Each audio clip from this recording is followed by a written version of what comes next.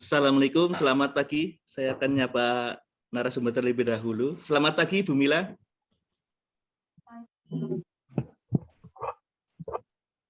Selamat pagi, Bu Mila. Ya. Ya, selamat pagi semuanya. Ya, selamat pagi. Selamat pagi, Bu Heni. Selamat pagi, Pak. Ya. Narsum sudah ada semua, mungkin langsung saja. Mas Ilham, monggo Mas Ilham.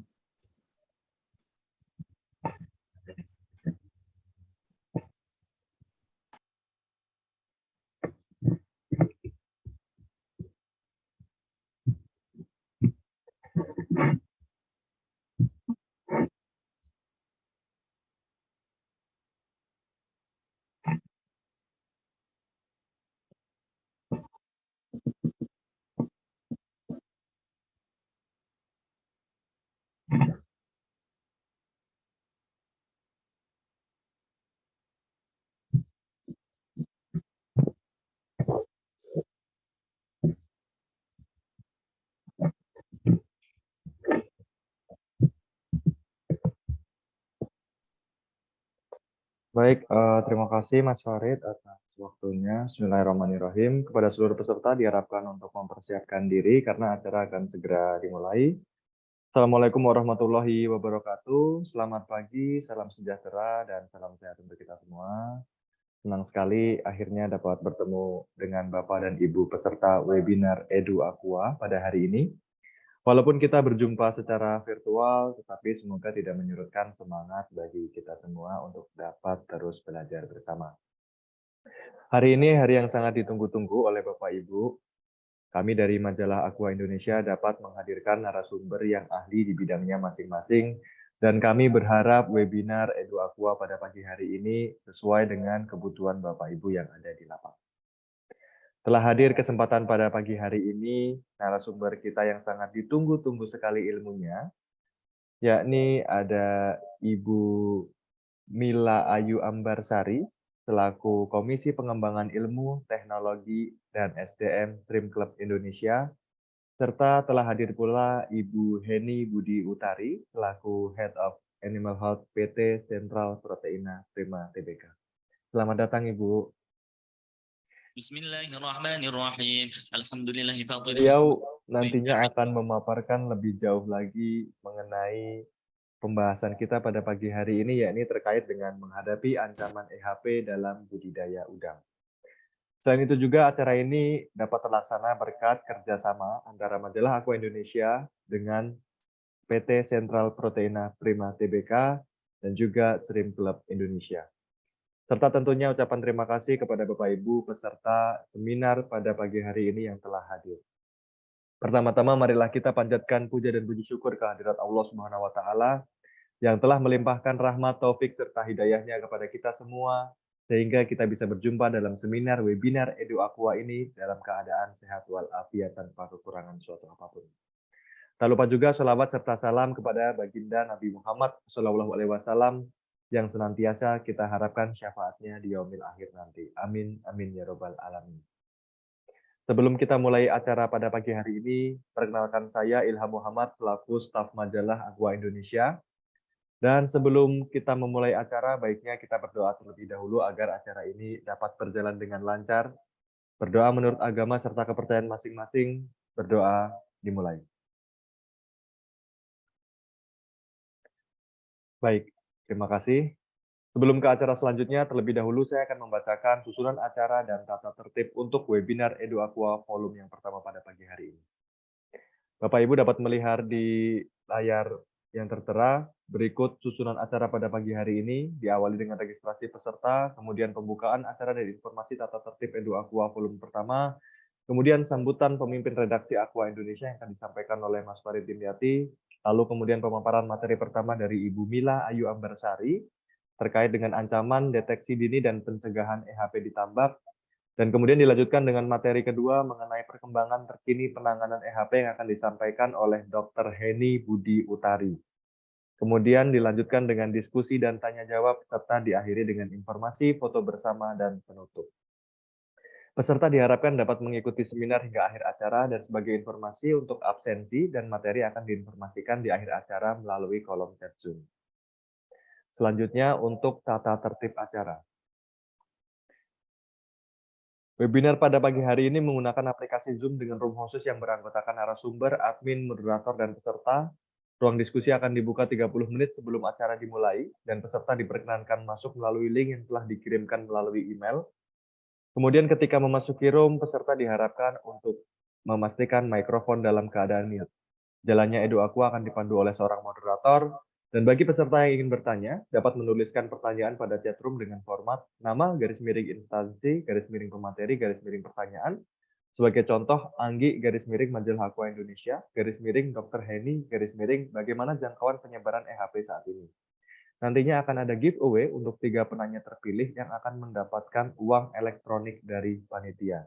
Nah, ini mungkin bagi Bapak Ibu yang ingin ikut serta boleh nanti ikut memberikan pertanyaannya kepada para pembicara ya Bapak Ibu. Lalu selanjutnya untuk peserta dilarang untuk menghidupkan mikrofon saat pemaparan materi dan membuat kegaduhan selama acara berlangsung. Kemudian peserta dilarang untuk mengirimkan pesan iklan maupun promo di layar maupun kolom chat. Panitia berhak menegur hingga mengeluarkan peserta dari ruang diskusi.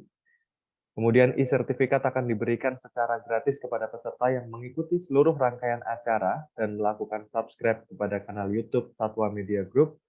Serta pada akhir acara, peserta diharapkan untuk dapat menyalakan video guna keperluan dokumentasi foto bersama oleh panitia.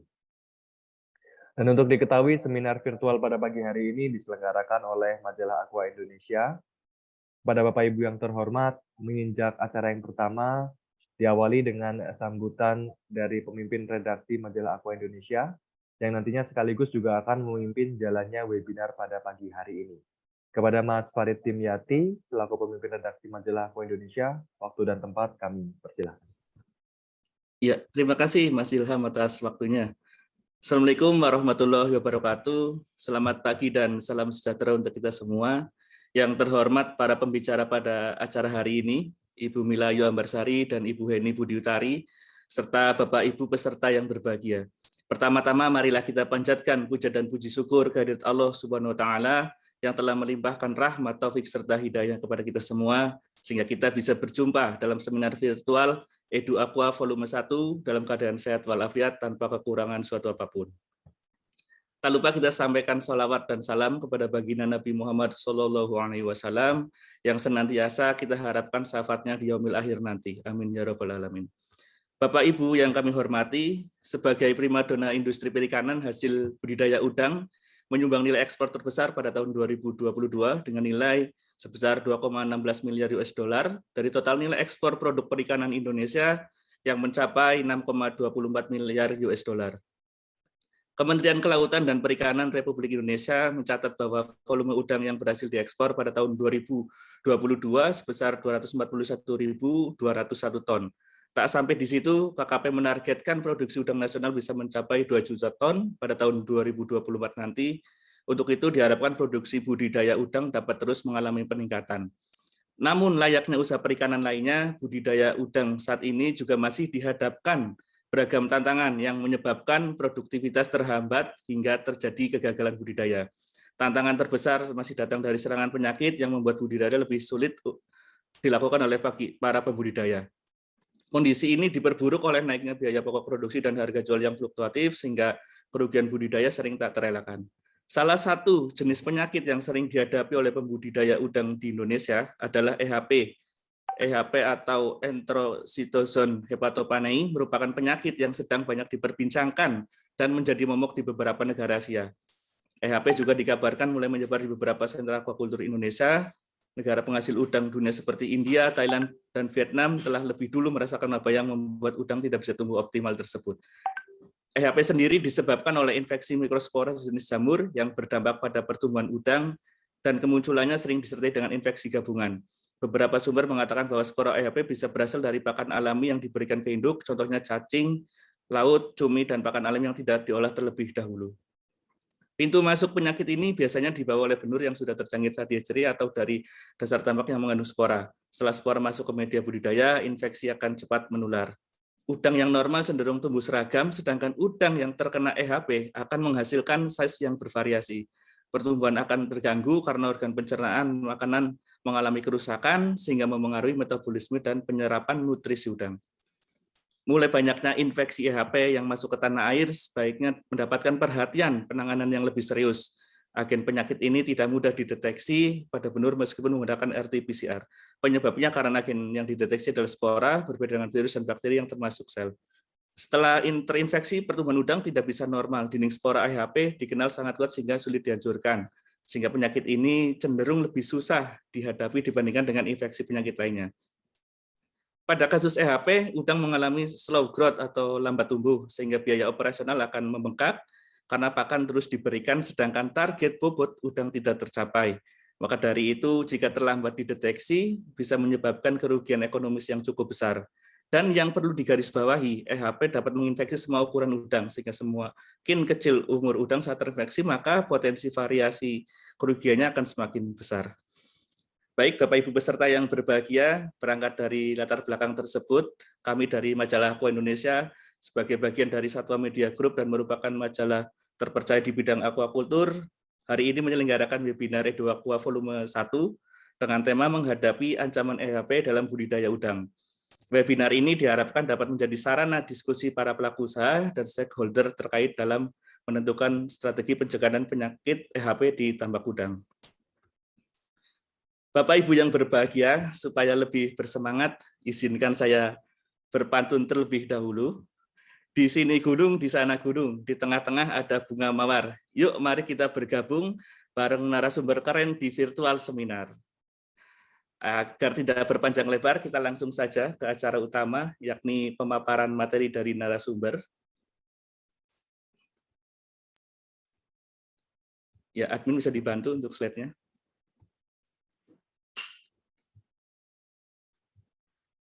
Ya, narasumber pertama yaitu Ibu Mila Yuambarsari dari Shrimp Club Indonesia. Untuk riwayat hidupnya, pekerjaan saat ini Komisi Pengembangan Ilmu, Teknologi, dan SDM Shrimp Club Indonesia, tempat tanggal lahir Surabaya 1 Agustus 1988. Kemudian riwayat pendidikannya, S1-nya di Perikanan Universitas Airlangga Surabaya, S2-nya di Magister Bioteknologi Perikanan dan Kelautan di kampus yang sama juga di UNER Surabaya. Riwayat pekerjaannya ini juga cukup panjang dari 2010 sampai 2012 Kepala Lab SCI Banyuwangi, kemudian 2012 sampai 2014 Laboratorium and Trainer Laborat Audit Laborat dan Lapangan, kemudian Maret 2014 sampai Januari 2020 ini pernah di Sinta Group, kemudian konsultan tambak di Tambak Banyuwangi, Garut, dan Bali, tim teknis SCI Pusat bidang 3, yang terakhir 2022 sampai 2027 anggota bidang 3 teknis SCI Pusat. Monggo kepada Bu Mila, waktu dan tempat disilakan.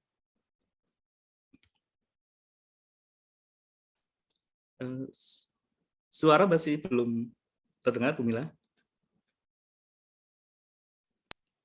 Assalamualaikum warahmatullahi wabarakatuh. Waalaikumsalam. Selamat pagi. Terima kasih sudah diberikan kesempatan untuk bisa berbagi ilmu. Sebenarnya basic saya ini laborat, cuman langsung ditodong sama Pak Haris, Ketua Shrimp Club, untuk menyampaikan pemaparan masalah-masalah terkait tentang EHP yang ada di lapangan. Saya lihat di sini pesertanya lumayan banyak ya, 200 lebih. Saya langsung saja karena dibatasi waktu sama Bapak Farid ya. Saya di sini mengutip judulnya Stop Maaf EHP. Ibu, untuk yang share screen apakah dari Ibu dari panitia? Dari panitia aja ya. Oh, dari panitia nggih. Nggih, monggo Mas admin bisa dibantu untuk share screen.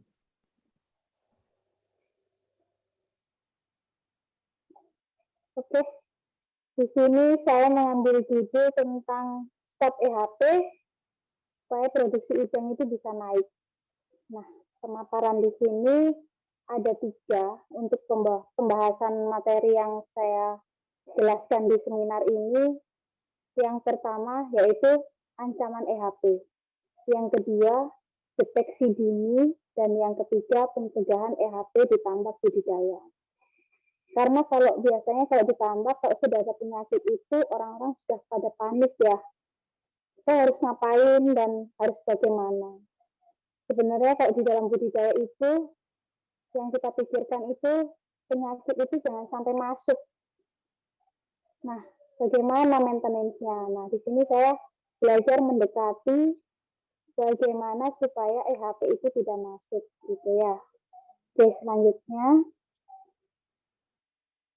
Nah, penyakit itu timbul karena tidak ada keseimbangan. Jadi di dalam budidaya, kalau penyakit itu muncul, berarti antara inang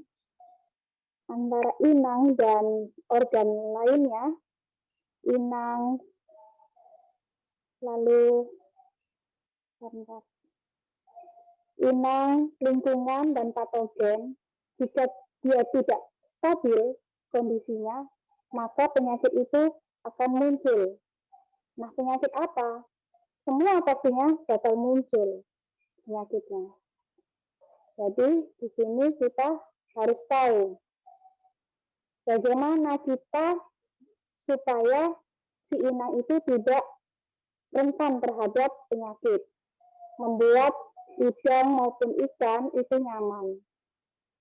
Yang kedua, lingkungan. Lingkungan yang nyaman itu seperti apa? Nanti kita bahas. Ya. Oke. Nah, sedangkan yang ketiga, patogen. Patogen itu banyak. Ada yang dari kuman, ada yang dari parasit. Dan selain itu juga ada yang non-patogen. Dari kualitas air, dasar tambak, nutrisi, serta bawaan si genetiknya udang maupun ikan. Oke, lanjut slide yang kelima. Nah, ini tadi sudah saya jelaskan. Untuk penyakit itu ada dua, patogen dan non-patogen. Oke. Selanjutnya, Mas. Untuk penularan penyakit, halo. Untuk penularan penyakit itu biasanya melalui dua, bisa vertikal dan horizontal. Untuk yang vertikal itu ditransfer oleh induk ke anaknya melalui sperma ataupun sel telur. Jadi kalau induknya itu sudah ada penyakit, sekitar 20-25% pasti ada, meskipun dia tingkat penularannya kecil. Dan yang horizontal itu biasanya melalui air, pakan alami, pakan segar, atau pakan buatan, serta organisme lainnya. Seperti gambar yang di samping, itu biasanya di dalam kolam jika proses pengeringan maupun proses pembersihan lahan tidak bagus, itu biasanya ada kayak bekicot, tripit, kerang-kerangan, itu pasti muncul. Dan di situ ada faktor lainnya yang menyebabkan penularan penyakit. Oke, lanjut. Untuk cara lain wabah penyakit bisa muncul, khususnya EHP, itu setelah saya baca data lab, itu EHP itu dapat ditularkan secara horizontal melalui air tambak. Jadi kalau misalnya maintenance kualitas airnya tidak bagus, pasti si udang itu juga bakal sakit. Gitu. Oke, lanjut. Di sini banyak macamnya penyakit. Ada IMNP, ada WSSP, virus, HPND, serta EHP, dan WSD. Yang saya bahas yaitu tentang EHP. Oke, lanjut. Saya belajar mengutip dari dua jurnal yang saya gunakan sebelum kita membahas masalah penyakit EHP itu bagaimana menyerangnya. Nah, kita harus tahu dulu karakter dari si EHP. Jadi, proses dia, life cycle-nya, dari hidupnya dia, dan apa itu EHP, Jadi kita harus tahu dulu dan kita harus sayang dulu, kita harus kenal PHP itu apa. Oke, lanjut. PHP itu penyakit udang yang disebabkan oleh parasit, khususnya parasit Microsporidia. Karena ini parasit dan ukurannya sangat kecil, sehingga kita tidak terlihat di dalam air, di dalam udang. Kalau kita tidak melihat secara mikroskopis, itu tidak terlihat. Jadi kita minta bantuan mikroskop untuk melihat si penyakit PHP itu. Dan dapat menghambat pertumbuhan udang. Jadi kalau si udang itu tadi terkena EHP, pasti dia pertumbuhannya terhambat. Tidak hanya EHP saja, banyak penyakit seperti AHPND, IMNC juga. Jika udang itu terkena penyakit, pasti dia terhambat pertumbuhannya. Dan pertama kali penyakit EHP ini ada di Thailand tahun 2009. Setelah itu dia menyebar hingga ke India, China, Vietnam, Malaysia, dan Indonesia. EHP ini jika muncul dan outbreak, itu dia ada serangan yang keduanya, yaitu opportunistic, infeksi opportunistic. Oleh siapa? Oleh Vibrio. Nah, kita di dalam kolam sebenarnya, supaya penyakit itu tidak masuk, bagaimana cara kita untuk membuat kehidupan udang itu nyaman, gitu ya. Jadi kalau misalnya budidaya pengen udang saya nggak pengen kena penyakit, udang saya mati karena apa? Ya dibuat air kolam itu nyaman, gitu. Oke, lanjut. Oke, di sini untuk daur hidupnya Microsporidia yang mengakibatkan udang itu kena EHP. Infeksi ini bentuknya spora, di mana dia resisten dan bertahan terhadap lingkungan. Nah, spora ini tadi dia mengeluarkan tabung katup-katupnya itu, misalnya udang terkena EHP. Si spora itu nempel di dindingnya. Di dinding mana? Bagian hepatopankreas. Jadi, udang kalau sakit, itu yang terserang pertama, organ yang terserang pertama yaitu hepatopankreas. Hepatopankreas ini biasanya mengalami pucat warnanya. Dia sudah tidak stabil dan sudah tidak sehat lagi seperti hepatopankreas yang semula yang sehat. Nah, jadi si Microsporidia ini nempel. Setelah itu dia mengeluarkan di tabung katupnya itu mengeluarkan spora namanya sporoplasma ke dalam sel inang. Kurun waktunya yaitu sekitar 2 milidetik. Nah, katup-katupnya ini dia mengeluarkan sporoplasma untuk menginfeksius ke dalam sel inangnya itu tadi. Setelah itu dia berkembang. Jika didukung dengan lingkungan yang tidak sehat dan tidak stabil dengan salah satu parameter saja yang terjadi gejolak, maka PHP itu bakal muncul banyak begitu. Oke, lanjut. Ada di salah satu jurnal juga, itu dia pengamatannya melalui hepatopankreas, dilakukan LM, jadi light microscope, diobservasi melihat. Nah, di dalam mikroskop itu untuk yang tanah kuning itu spora. Yang warna putih Microsporidia murni itu yang tanah kuning. Untuk yang putih dia mengeluarkan sporanya. Jadi si Microsporidia itu mengeluarkan sporanya untuk dia memperbanyak dirinya supaya ayo udang kamu tak kenain penyakit tuh, supaya kamu banyak gampang infeksius semuanya. Gitu. Ini gambaran untuk di mikroskop.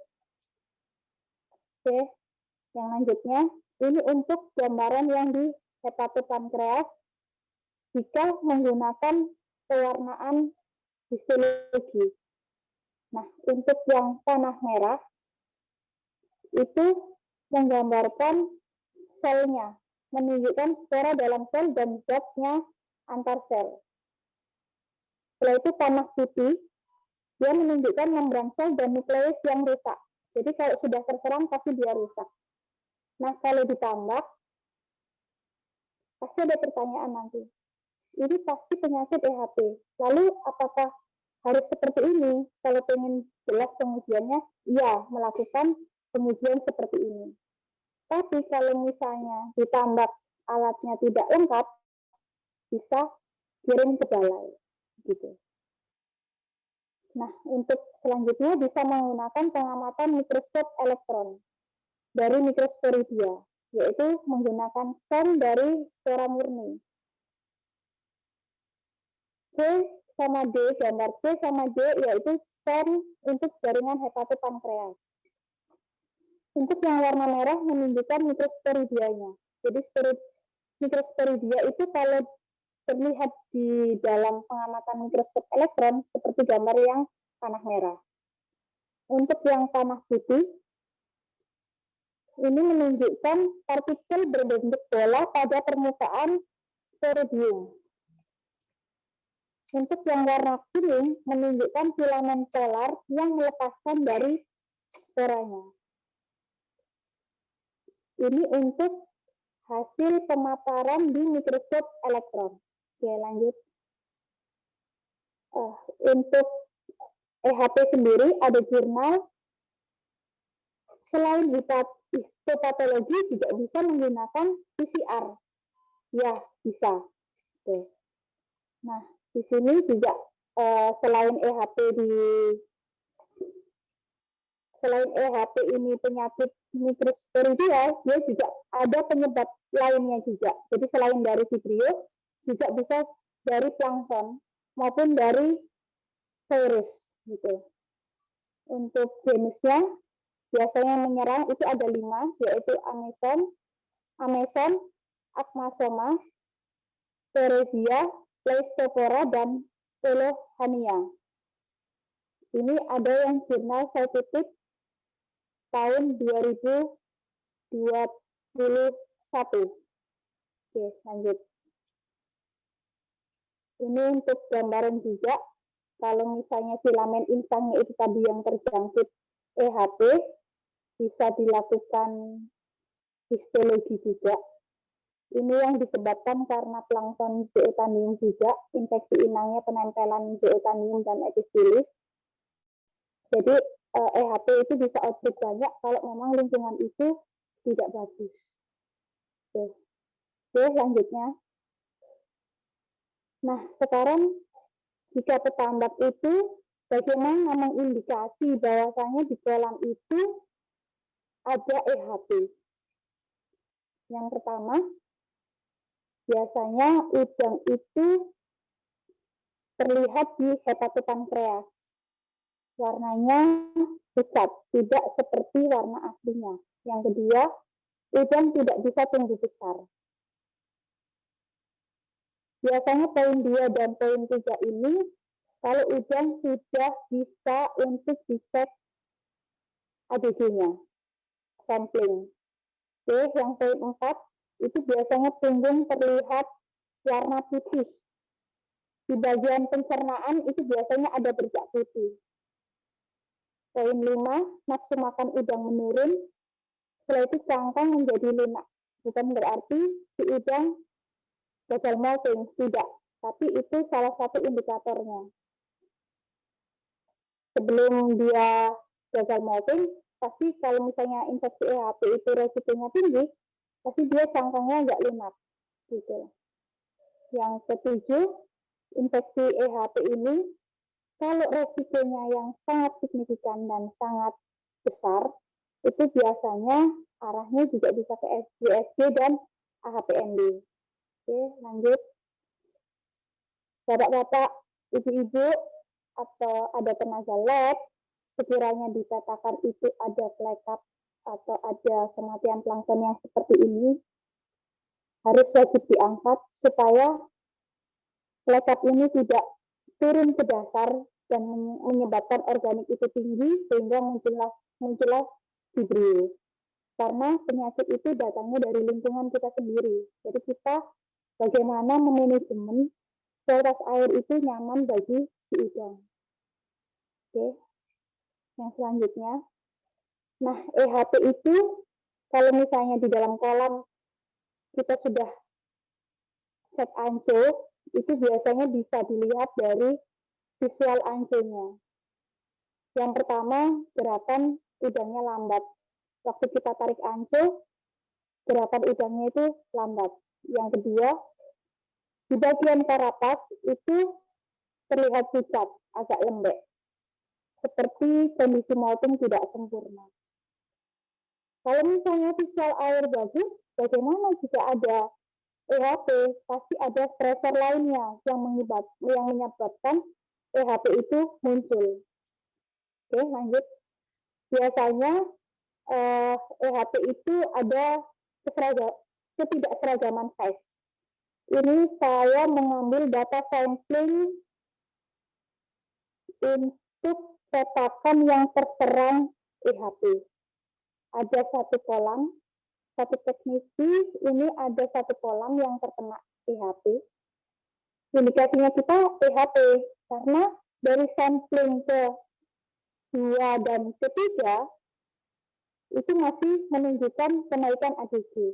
Sampling ketiga dan keempat dan yang terakhir menjelang panen itu tidak mendapatkan ADG. Dan pada posisi 68 hari sudah terserang EHP, terserang lagi ada USG. Karena si EHP itu tadi kan indikasinya yang kedua nafsu makan turun. Begitu nafsu makan dia turun, si udang ini makan detritus, bisa makan detritus, bisa makan organik yang ada di dasar, gitu ya. Jadi di sini terlihat untuk samplingan, jadi tidak dapat ADG. Nah, akhirnya kita bongkar panen, itu didapat produktivitas hanyalah 14 ton per hektar. Jadi ada ketidakseragaman size-nya, karena memang terlihat dari samplingnya. Oke, lanjut. Nah, lalu deteksi dininya bagaimana jika petambak itu, ya kalau itu terkena EHP, yang pertama yaitu tadi, dari waktu sampling tidak dapat ADG, karena EHP ini kalau tidak dapat ADG dia pasti XPR-nya bengkak. Karena EHP ini beda dengan AHPND. Kalau AHPND tahu saya di lapangan, dia ada kematian, tapi kalau EHP ini kematiannya tidak begitu signifikan. Kalau misalnya ada stresor yang kedua, serangan yang kedua. Berarti bagaimana untuk diagnosanya? Yang pertama yaitu tadi bisa menggunakan PCR, yang kedua bisa histopatologi, yang ketiga bisa LAM, yang keempat bisa dari histologinya hepatopankreas. Oke, lanjut. Nah, dari hasil kolam A9 itu juga kita kutip hasil PCR-nya dengan CT-CT-nya sebagai berikut. Untuk DOC 60, CT value-nya 39. Untuk DOC 65, CT value-nya 35,63. Dan DOC 74-nya, CT value-nya 26,2. Jadi di sini sebelum dapat data PCR, memang kita yang mengendalikan pertama yaitu kualitas air ya. Jadi kualitas air selama budidaya kita monitoring. Dan kita harus detail mengukurnya. Jadi setiap parameter itu mempunyai cara yang berbeda-beda. Jika petambak juga tidak mempunyai alat PCR, harus mengirim ke balai maupun ke pabrik pakan, itu harus dengan prosedur yang sesuai. Jangan seenaknya sendiri, tiba-tiba ada udang mati atau ada udang lemas, terus kita kirim dengan plastik begitu saja, tidak. Harus ada perlakuannya sendiri, karena setiap perlakuan PCR DNA maupun RNA itu punya perlakuan yang sendiri-sendiri. Nah, kalau sudah didapat nilai CT value, biasanya ada teknisi itu yang belum paham Apa sih nilai city value itu? Apa sih, kenapa sih kok nilai city segini itu kok dikatakan positif? Kok kenapa ini dikatakan masih negatif? Kenapa ini kok sedang, ini positif lemah? Nah, ini saya mengutip dari PAMQ 2020. Untuk nilai city yang 20, kurang dari 29 itu positif kuat. Terdapat target asam nukleat dalam jumlah banyak.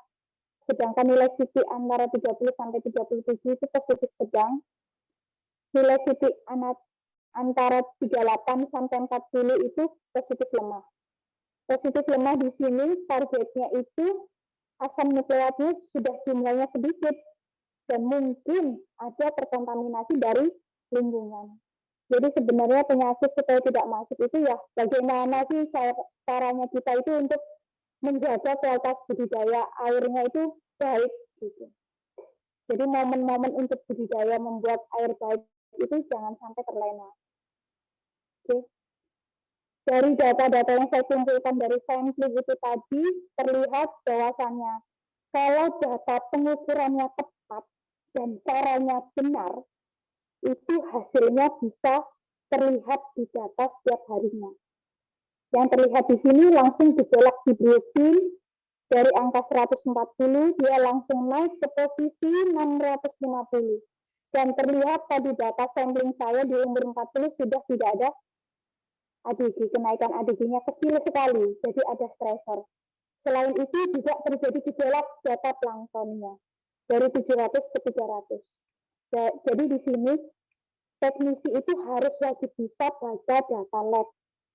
Dan orang lab harus tahu data lab itu bergeraknya kemana. Jangan hanya sekedar belajar mengukur saja, tapi kita harus tahu respek angkanya ini bakal ke arah mana sebelum penyakit itu menyerang. Gitu. Oke, yang selanjutnya.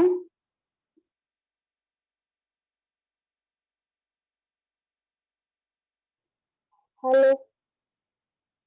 Selanjutnya, untuk data yang selanjutnya masih ada sebenarnya.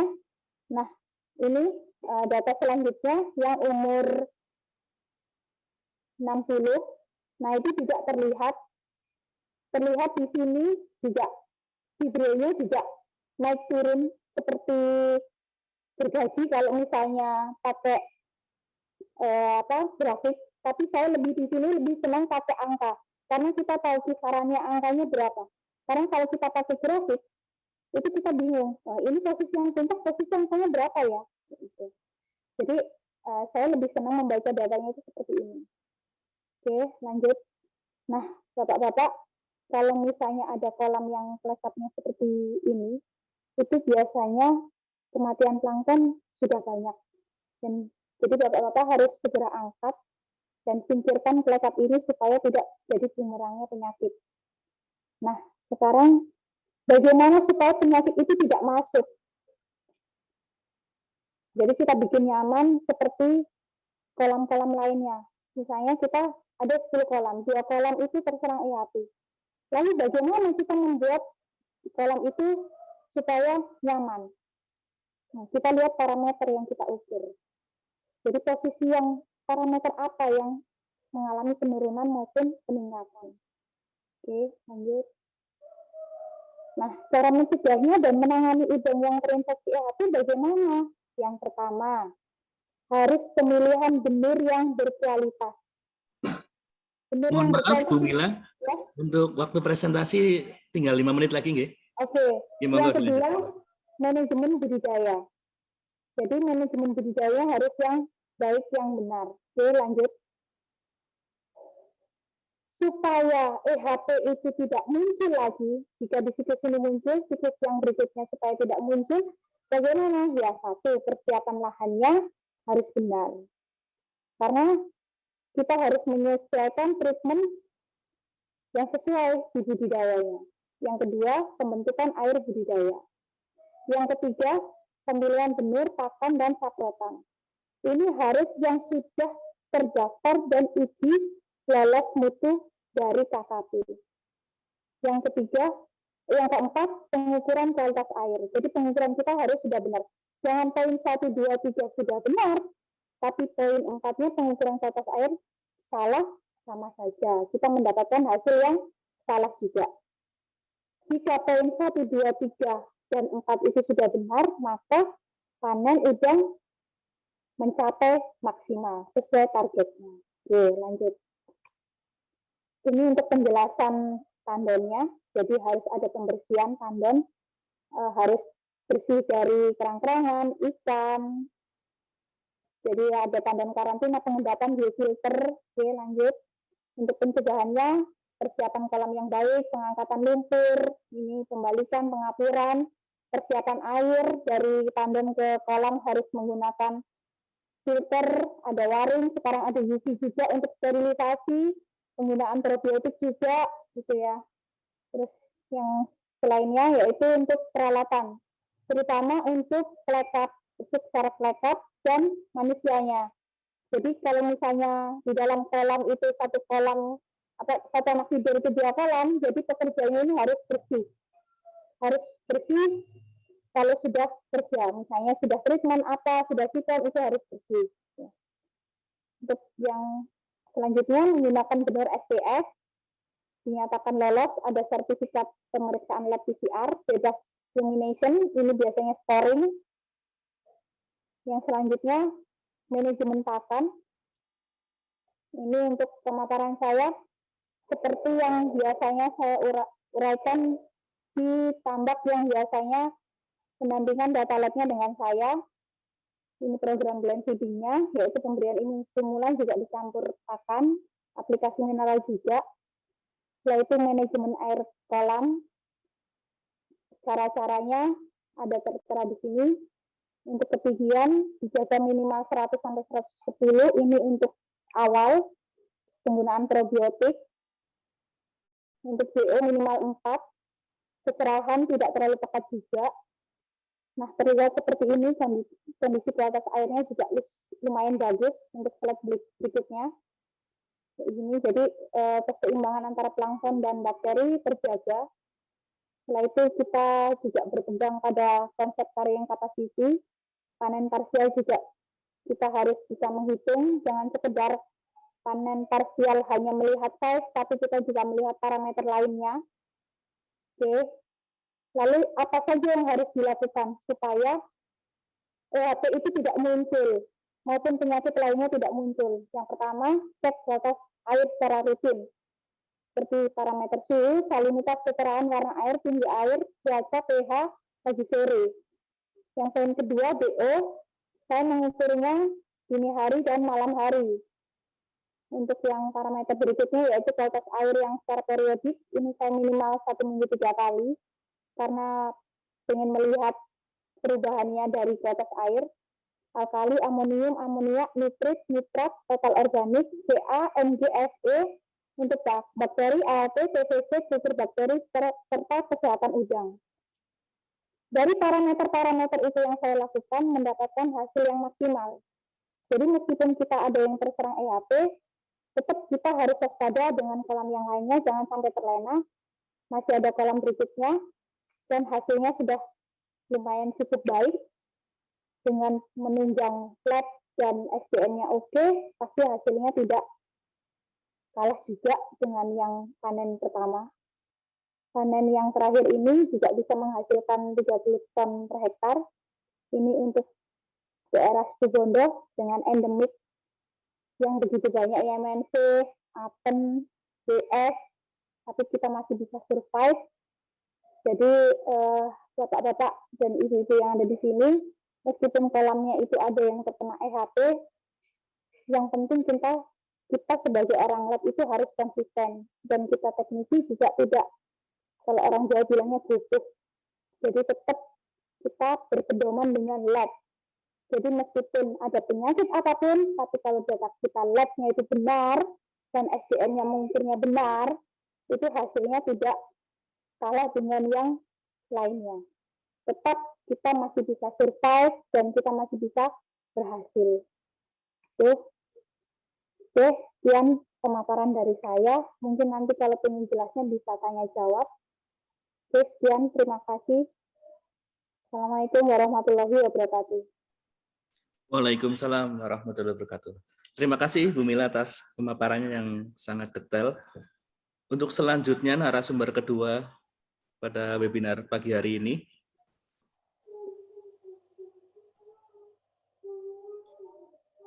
Ya. Admin bisa minta tolong ditampilkan kurikulum vitae dari Bu Heni.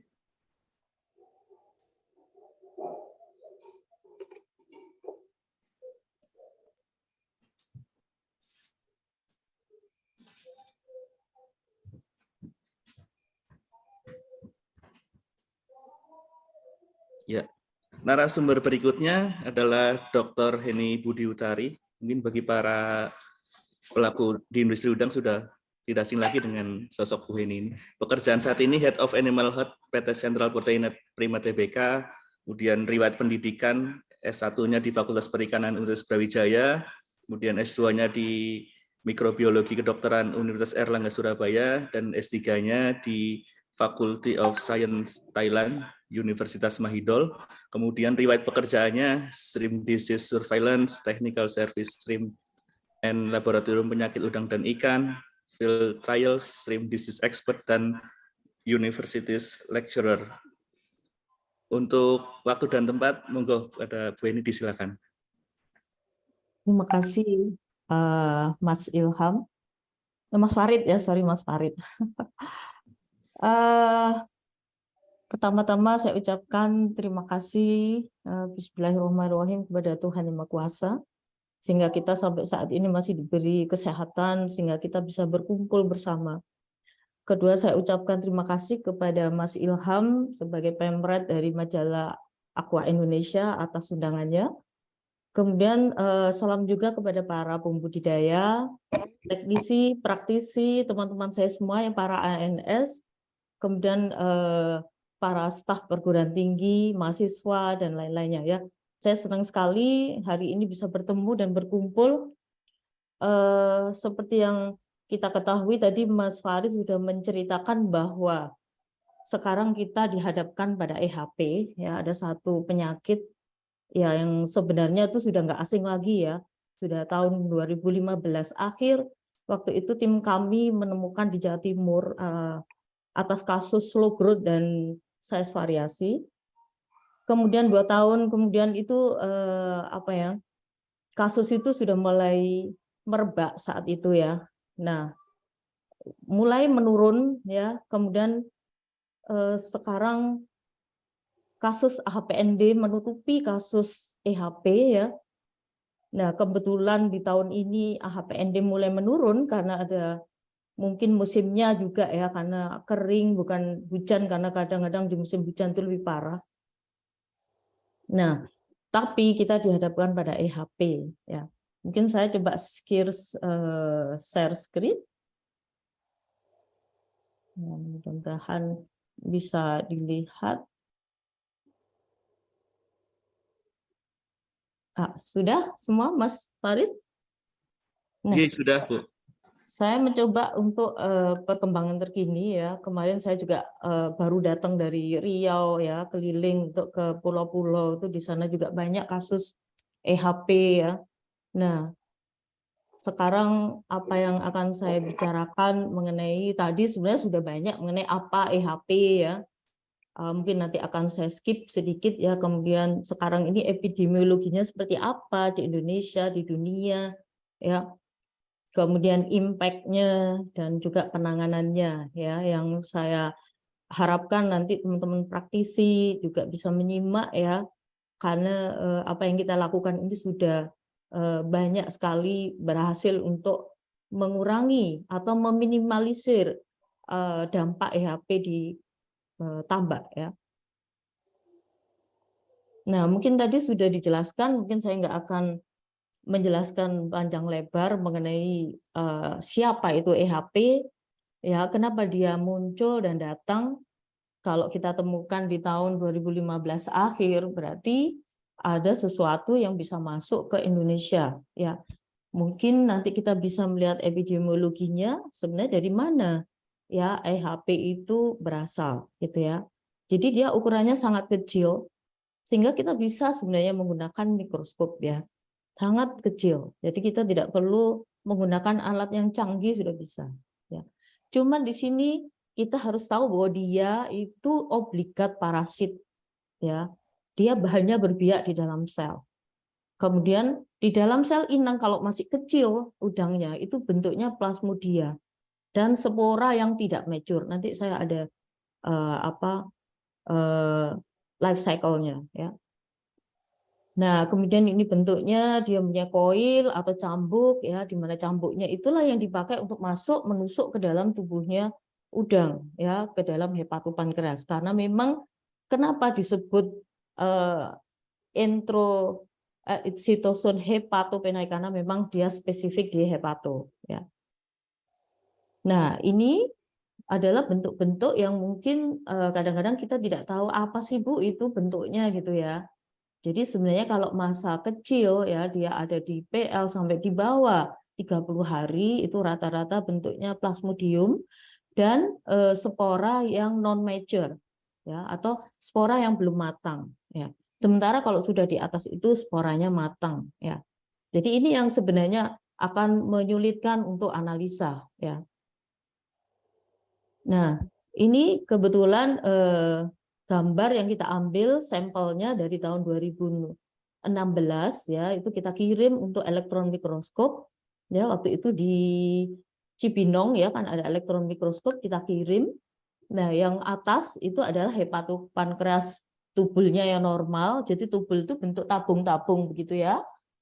Kalau kita buka hepato di dalam itu ada tubul, ya. Sementara yang gambar di bawahnya di kanan, di kiri itu semua terserang oleh EHP. Jadi sebenarnya kita sudah punya gambar elektron mikroskop sejak tahun 2015, ya. Nah, kemudian kita melihat epidemiologi, ya. EHP itu penyebab atau kosatif agen atau agen penyebab. Sebenarnya penyakitnya itu disebut hepatopankreatic microsporidiasis atau HPM. Nah, kalau kita melihat kondisinya Malaysia tahun 89 sudah ada, Australia 2001, Thailand, kemudian di situ ada India, Brunei, Vietnam, ya, India, Indonesia akhir 2015 dan merebak 2 tahun kemudian. Sangat merebak saat itu, ya. Nah, ini kita tahu bahwa pada saat itu perdagangan banyak, mudah sekali mau mengambil udang, mau mengambil fresh fish dan sebagainya, di mana pakan segar itu merupakan carrier, ya, untuk spora EHP. Kemudian epidemiologi lagi, jadi dulu tahun 2015 pada saat kita mengambil sampel di mana-mana, itu hampir 25%, ya, sangat tinggi, ya, saat itu. Kemudian 2 tahun menurun, ya. Akhirnya sebenarnya sempat naik di 2019, tapi 2019 waktu itu kita melihat ada HPND mulai merebak di mana-mana, sehingga kita melupakan si EHP ini, ya. Nah, akhirnya HPND lah yang kita bahas saat itu, ya. Padahal sebenarnya tinggi. Nah, sekarang ini mulai ada kenaikan sejak tahun 2022 karena harga udang sangat rendah, ya, sekarang susah. Sehingga akhirnya semua banyak melihat, wah, ini kalau produktivitasnya menurun karena EHP tentunya akan merugi, ya, tidak akan dapat profit. Nah, sebenarnya secara epidemiologi juga dia itu mempunyai dua tanda klinis yang berbeda, ya. Satu itu kita katakan slow growth, ya. Efeknya dia sendirian, ya. Dialah yang menyebabkan kondisi slow growth di lapangan.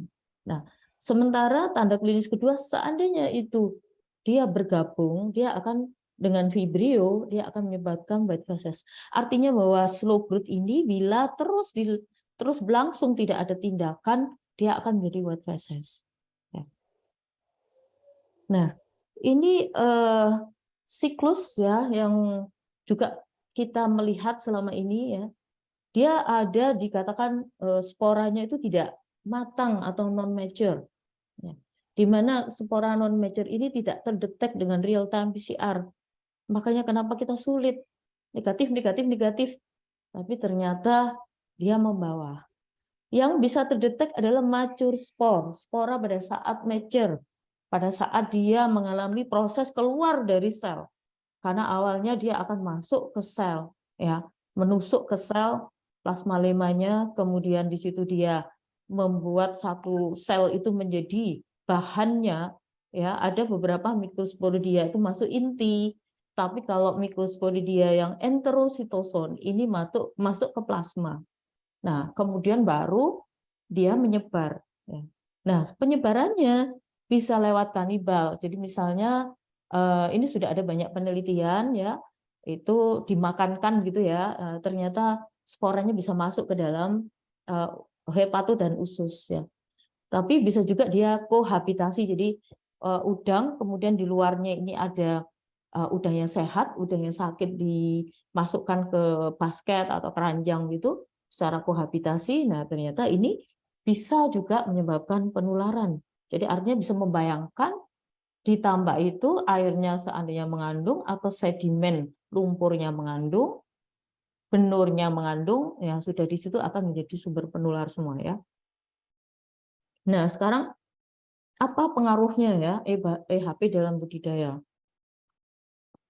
Kita tahu tadi ada dua hal, yaitu infeksi apabila dia sendirian, mungkin juga diperparah dengan kondisi kualitas air yang kurang bagus, ya. Nah, itu ternyata dia akan berefek slow growth. Ya, seperti kita kemarin jalan-jalan, kita melihat ada banyak hal dari kualitas air itu yang tidak teramati, organik tinggi, plankton crash. Nah, itu akan menyebabkan dia makin parah, ya.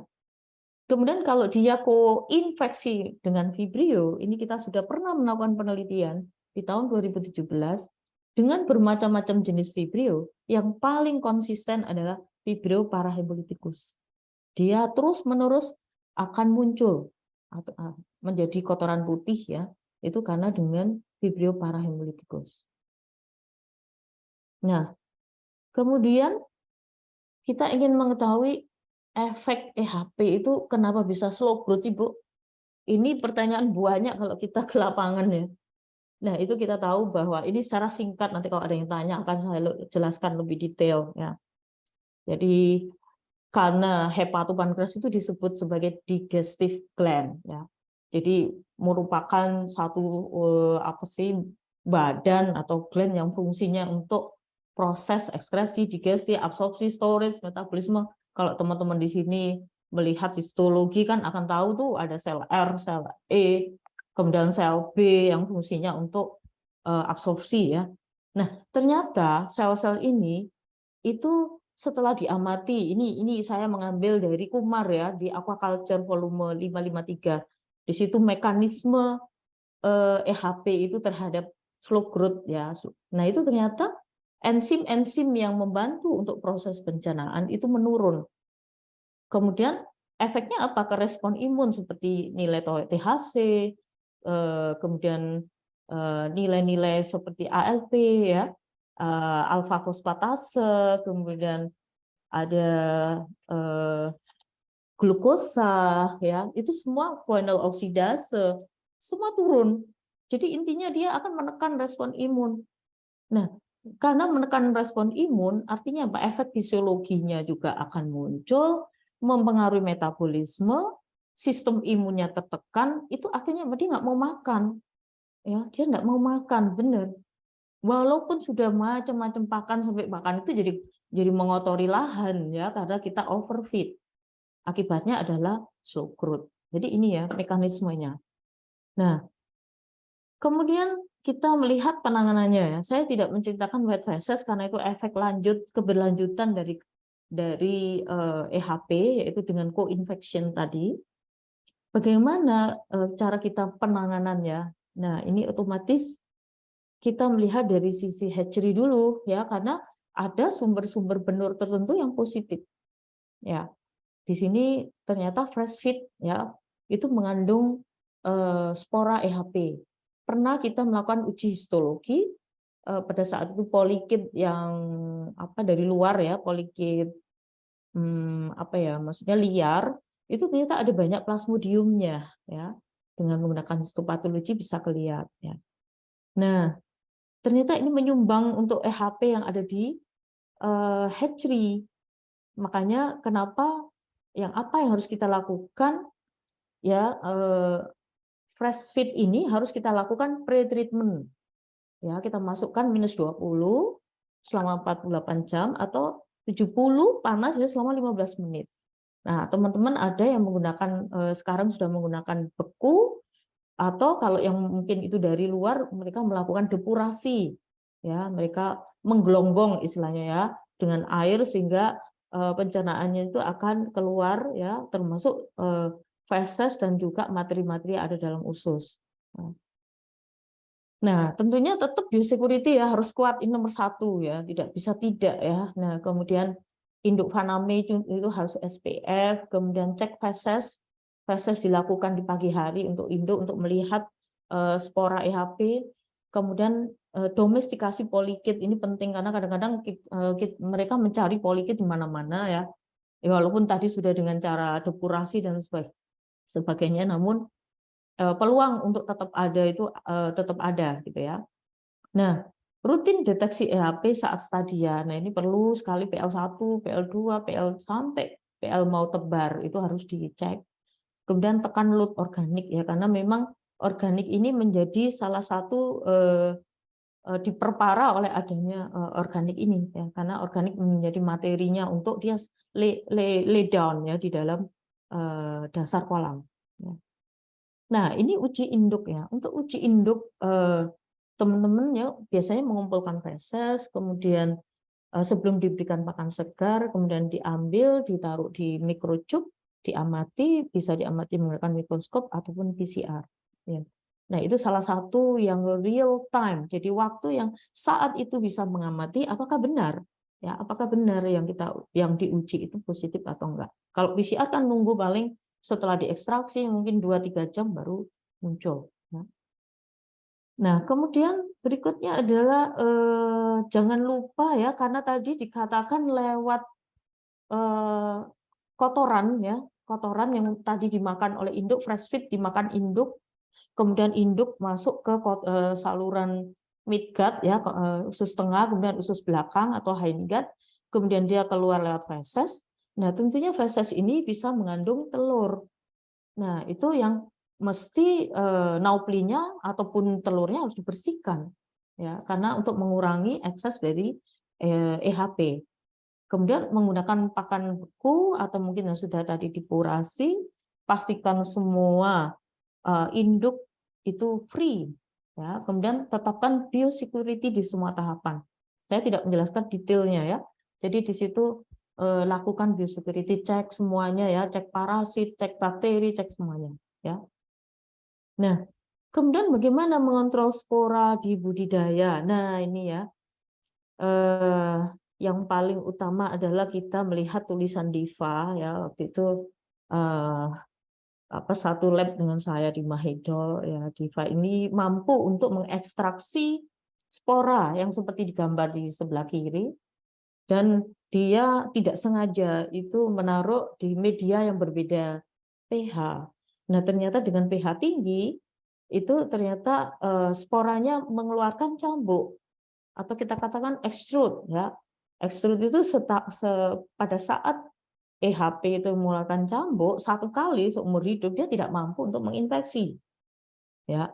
Sehingga dia, loh, ini kok lebih dari 95% bisa. Nah, dengan pH lebih dari 9, kalau pH 4, pH 7 enggak mampu ya. Sehingga berdasarkan informasi dari beliau ini, kita lakukan yang namanya pengapuran atau shock pH ya.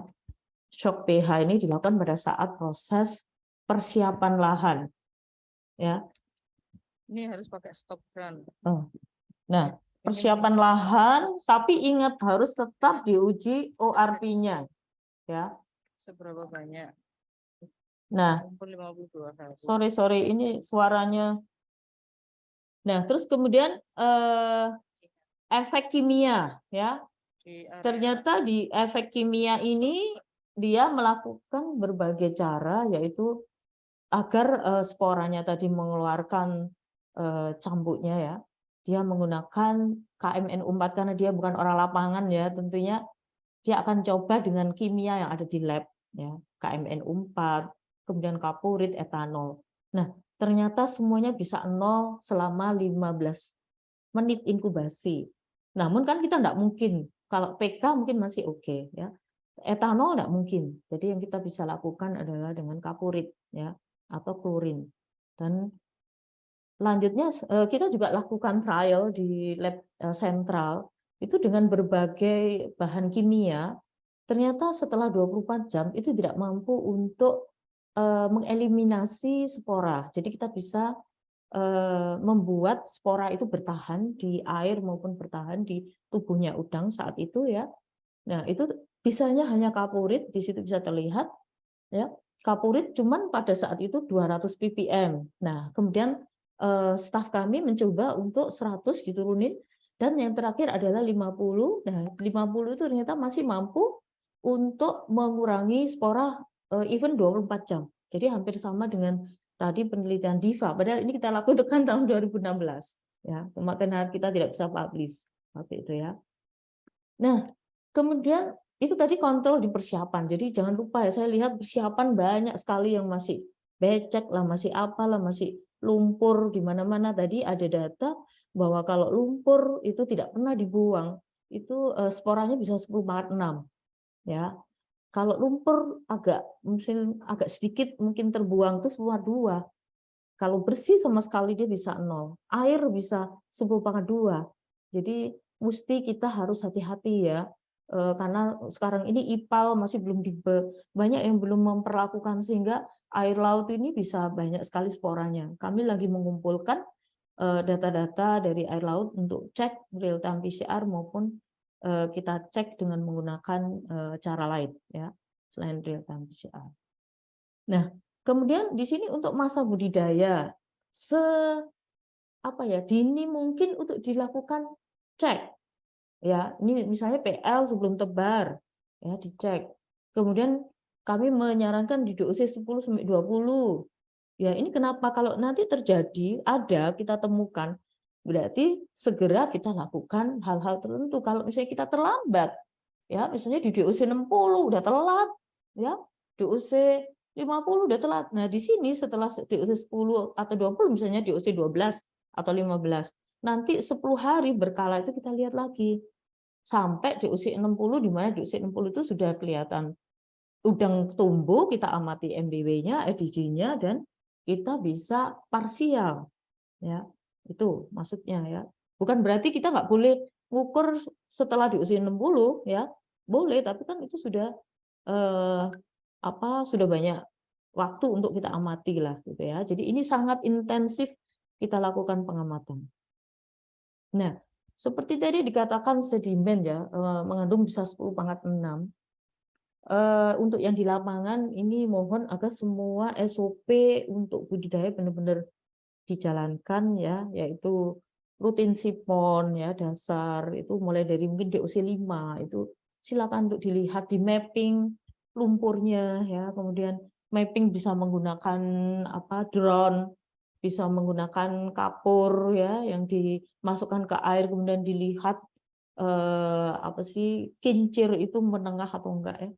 Kemudian tap sentral dan kemudian buang lewat saluran kencingan, namanya kencingan karena memang kecil ya, baru bioremediasi. Jadi ini contoh salah satu dari kencingan ya, mungkin bisa diamati. Mohon maaf Bu Heni, Ya. untuk waktu presentasi tersisa 5 menit lagi nggih? Oke, Stop run. nggak apa-apa ya. Jadi ini salah satu contoh kencingan yang dilakukan oleh petambak ya. Saya mungkin cuma memperlihatkan sedikit ya. Kemudian kita berlanjut bahwa beberapa penelitian dari orang, saya minum dulu ya. Bentar. Beberapa penelitian orang itu menunjukkan hepatopankreas dan feses itu merupakan load tertinggi di fase budidaya ya. Jadi makanya kita harus benar-benar mengamati hepatopankreas dan juga membuang ekses feses ya. Terus kemudian kita lakukan aditif probiotik ini boleh mengandung bacillus ya. boleh mengandung asam organik untuk menekan Vibrio, karena kalau sudah ada si EHP ini itu sama dengan rumah itu membuka pintu ya, membuka pintu yang masuk nantinya itu adalah Vibrio. Maka kita harus benar-benar mengurangi ekses Vibrio baik dalam kolam maupun dalam tubuh udang. Ya. Nah, ini salah satu cek anco. Ini sangat unik ya. Cek anco dicoba di DOC 15, 20 ya. Kemudian diamati apakah udang itu kecil sesuai dengan MBW atau mungkin kita melihat ada perubahan-perubahan dalam tubuhnya udang, misalnya kotoran putih dan sebagainya. Ya, kita mulai dari awal harus mendeteksi saat dianco maupun pada saat sampling kita amati semua. Oh, ternyata sekian persen yang putih ya. Nah, itu kita bisa menghindarkan atau membuangnya. Ya. Nah, kemudian pengamatan rutin. Ini saya terapkan juga pada saat saya lakukan kunjungan ke Vietnam ya, di kondisi pertama dan kedua. Pertama adalah normal, kedua ini adalah sudah early infection untuk white feces ya, ke arah EHP dulu ya, itu early infection. Kemudian ke coklat pucat ini udah moderate, jadi kita harus hati-hati jangan sampai ke kuning, jangan sampai ke putih ataupun hitam ya. Pasti udangnya sudah mati karena di situ mungkin ada muncul mortalitas ya. Nah, jadi reviewnya adalah periksa PL sebelum ditebar, kemudian kita menonaktifkan spora di lahan dengan pengapuran dan sterilisasi, terus terapkan biosecurity ya, karena kita masih mencari beberapa seafood yang menjadi reservoir. Kemudian pantau tambak ya, itu pada DOC sedini mungkin, kemudian dilakukan terus, apalagi kalau di situ ada gejala pertumbuhan lambat ya setelah blend feeding. Jadi perlu hati-hati ya. Kemudian atur feeding itu pada saat program sampling pertama, biasanya ada yang 33 hari, 30 hari ya, itu pantau di situ. Ya, karena di situ awal mula bahwa dia telat ya, telat untuk tumbuh ya. Kemudian kurangi bahan organik seperti tadi ya, Vibrio ya, lumpur dengan sipon, tap sentral, kencingan, dan jangan lupa aplikasi probiotik baik di dalam pakannya maupun bioremediasi dalam air ya, karena untuk mencegah si spora EHP ini berkembang ya dengan cepat. Jadi itu mungkin mudah-mudahan bisa memberikan wawasan buat teman-teman sekalian. Saya tutup ya dengan satu pantun kalau saya boleh, yaitu jalan-jalan ke kota Surabaya, mampir warung beli ketupat. Semoga pemaparan saya bisa memberikan manfaat. Terima kasih. Saya kembalikan ke moderator. Assalamualaikum warahmatullahi wabarakatuh. Waalaikumsalam warahmatullahi wabarakatuh. Terima kasih Bu Heni atas pemaparannya. Menarik sekali pemaparan dari Bu Heni dan juga Bu Mila. Sekarang lanjut ke sesi tanya jawab. Mungkin nanti bisa dibantu dari Mas Admin untuk tampilkan pertanyaan yang sudah dipilih, karena banyak sekali pertanyaan yang masuk. Ini sangat antusias sekali pada webinar siang hari ini. Monggo Admin. Yang pertama nanti untuk menjawab adalah Bu Mila. Monggo Bu Mila. Oke.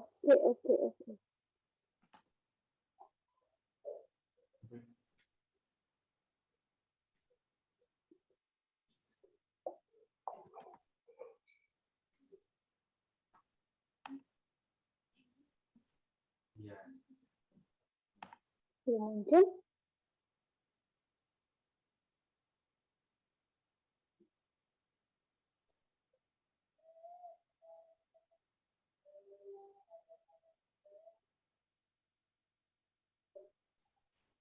Ya, sudah ditampilkan, Admin.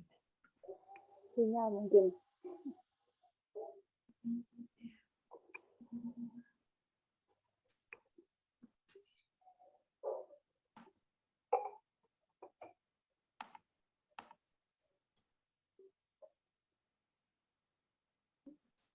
Ya.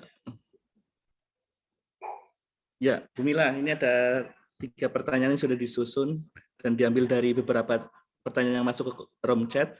Yang pertama dari Ibu Susana, bagaimana mencegah terserang EHP dan bagaimana mengatasinya jika sudah terserang? pemantauan kesehatan udang di lab sebaiknya dilakukan berapa minggu atau bulan sekali? Monggo Bu Mila. Oke, saya mencoba berbagi pengalaman saya di lapangan ya. Ini untuk poin pertama, untuk di Susana ya. Bagaimana cara mencegah supaya tidak terserang EHP? Lalu bagaimana kalau sudah ada EHP itu muncul? Yang pertama, bagaimana cara mencegahnya? Satu, kita persiapan benarnya atau persiapan lahannya harus benar dulu. Jadi pembersihan mulai dari ada lumut itu dibersihkan, kotoran di dasar kolam itu diangkat. Lalu untuk tambak-tambak yang biasanya konsul dengan saya sudah tidak menggunakan kaporit dan PCCA lagi. Saya hanya menggunakan H2O2 dan kapur aktif. Gitu. Setelah itu, setelah lahannya sudah bersih, kita masuk air. Sebelum masuk air, kita ada tandon persiapan. Kita cek dulu air lautnya kita. Kriteria yang pengukuran untuk air laut yang biasa saya pergunakan, yaitu 1, untuk total organic matter, lalu vibrio, plankton terutama, dan NP ratio. Setelah air laut kita cek, kita air laut masuk ke tandon. Target kita, kalau misalnya air laut sekarang, posisi sekarang air laut baik di perairan Jawa Barat, Garut maupun Banyuwangi maupun Bali, sekarang posisi air laut untuk total organic matter sekitar 70-80. Nah, lalu bagaimana cara mengantisipasinya? Gitu ya, yang di lapangan. Menggunakan tandon pengendapan dulu. Jadi flow through dari atas. Jadi kita ngambil air yang bagus dari atas. Masuk ke tandon treatment. Setelah tandon treatment, kita lakukan ke penyebaran ke petakan. Dari petakan, sekarang biasanya petambak sudah menggunakan UV untuk mengurangi total vibrio dari para hemolitikus maupun alginolitikus serta plankton. Itu zero kalau menggunakan UV. Nah, tapi kalau misalnya nanti budidaya, bagaimana ada para hemolitikusnya? Ya update-nya data lab-nya. Jangan punya lab, hanya mengukur lab-nya hanya 1 kali. Karena banyak petambak yang di Lampung itu mengukur lab-nya parameter itu, untuk parameter yang lengkapnya itu hanya 1 minggu sekali. Jadi mulai saat ini harus mengukurnya lab-nya lebih rutin. 1 minggu bisa 2 kali, bisa 3 kali. Supaya kita tahu angka bagusnya di mana. Angka perubahan kualitas air kita bagaimana. Setelah air untuk masuk ke tambak budidayanya bagus, ke kolam budidayanya bagus, setelah itu kita treatment. Nah, treatment pun kita menggunakan dosis yang jangan berlebihan, sesuai dengan anjuran. Anjuran dari mana? Dari produknya.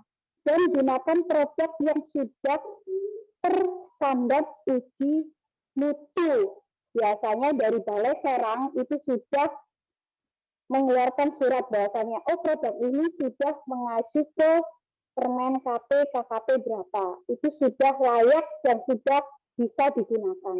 Tapi sekarang banyak sekali penjual saprotan yang menjual probiotik tanpa menggunakan merek dagang ataupun yang tidak ada standarisasinya untuk diuji mutu. Nah, itu bapak-bapak teknisi yang ada di sini maupun owner sebaiknya harus waspada dengan penggunaan probiotik dan jangan probiotik sebagai bahan obat dewa. Gunakan probiotik, ada Vibrio hemolitikus, ada ini pakai probiotik ini, jangan.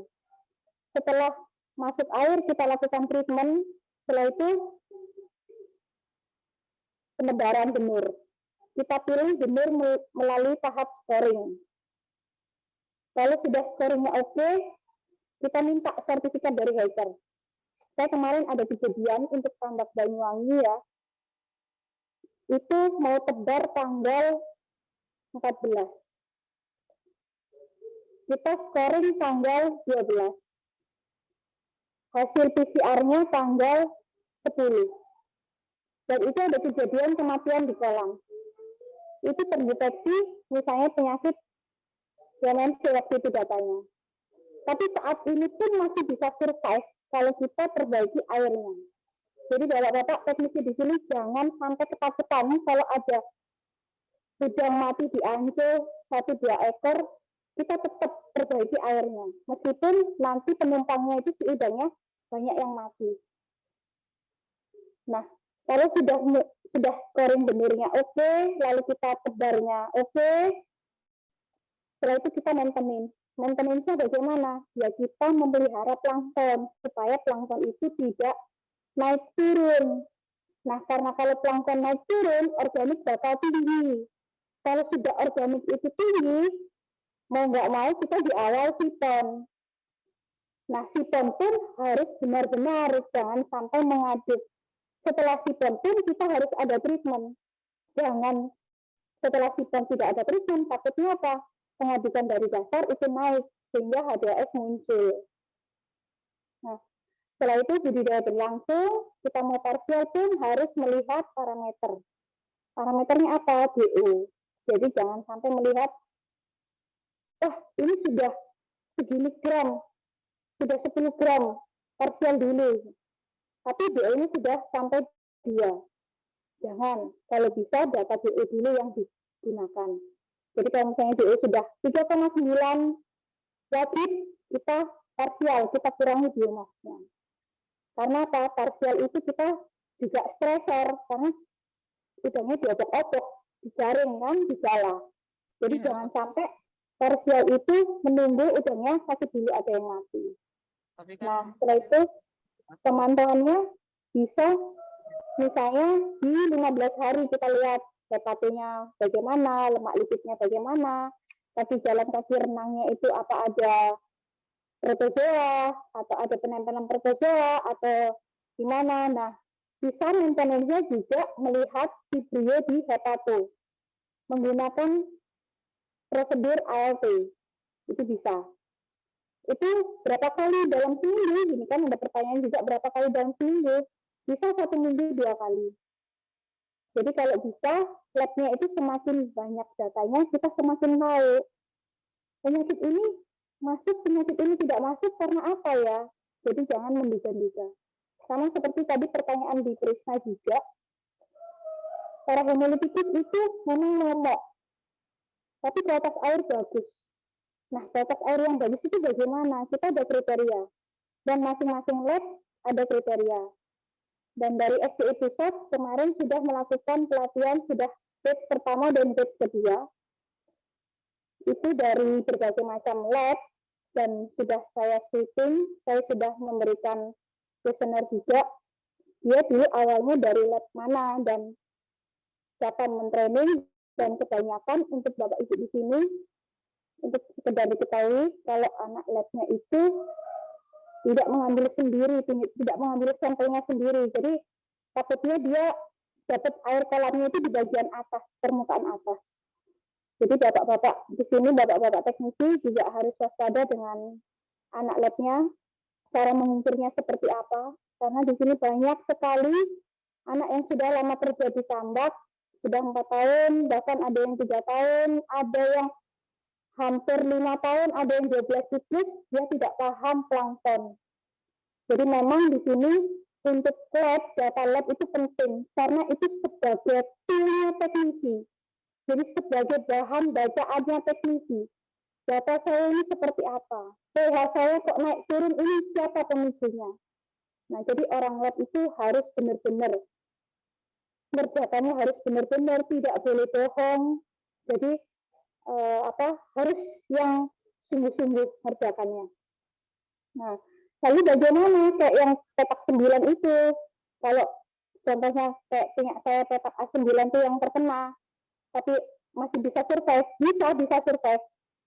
Tapi itu kemarin di posisi umur 60 hari, dia kena EHP dan dia kena WFD. Jadi yang lebih ringan lagi ada 2 penyakit yang dia tunggangi. Jadi tetap kita masih bisa survive, panen sekitar 14 ton dan kolam lainnya Teknisi juga tidak boleh lengah dengan satu kolam yang terkena penyakit. Kita tidak boleh lengah dengan sisanya kolam, tetap kita bisa survive dengan hasil yang ditargetkan. Begitu. Ya. Cukup Selanjutnya dari yang penjelasan dari pertanyaan nomor saya. 2, Bu Mila dari Saya Bu untuk Rini. pertanyaan kedua, Monggo, Bu. deteksi PCR dilakukan saat DOC 60. Alasan apa dan mengapa tidak DOC lebih awal? Oke. Ini kenapa kok saya mengambil di umur 60? Sebenarnya data sudah ada, data awal. Cuman yang saya report itu data di 60. Bahasanya lebih yakin lagi. Oh ternyata juga mulai umur 60 ya terkenanya. Dan itu juga terkenanya karena EHP dan YMNP. Kita di hari ini kita ngecek untuk baik benur maupun air, tetap kita PCR, tapi kita PCR-nya ke balai ya. Jadi acuan kita yang saya pakai tetap saya ke balai, biarpun di sana misalnya ada teknisi dari pendampingan pabrik pakan, apa saya tetap mengacunya ke balai karena saya sendiri sudah pengukurannya sudah berstandar dan saya mengikuti standarnya balai. Dan kebetulan kemarin juga tim pakar juga sudah merumuskan untuk acuannya kita pakai acuan balai. Jadi selama ini yang saya pergunakan untuk PCR-nya tetap kita PCR ke balai, rujukannya balai Situbondo maupun kita kadang kirim ke Serang gitu. Jadi kita PCR-nya itu mulai di awal. Di awal itu tidak ada gejolak di hari ini waktu itu data saya. Data saya gejolaknya itu di umur 40, itu data gejolak karena data dari kimia. Setelah itu, PCR yang 60 itu lebih detail dan lebih jelas. Kalau EHP, itu penyakit EHP. Dan ada YMNP-nya. Jadi lebih detail lagi. Jadi memang kita ada data, cuman kalau kita share semua, kita nggak muat ya PPT-nya. Jadi tetap kita ada datanya, PCR.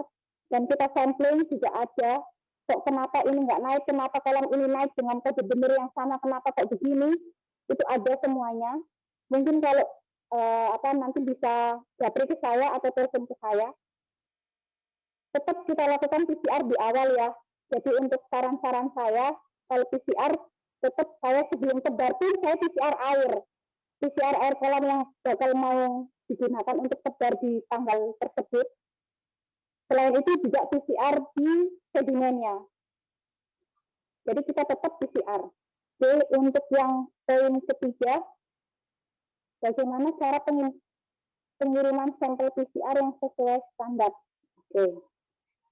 Saya mendapatkan ilmu yang terakhir dari Balai Serang dan rujukan untuk standar mutu.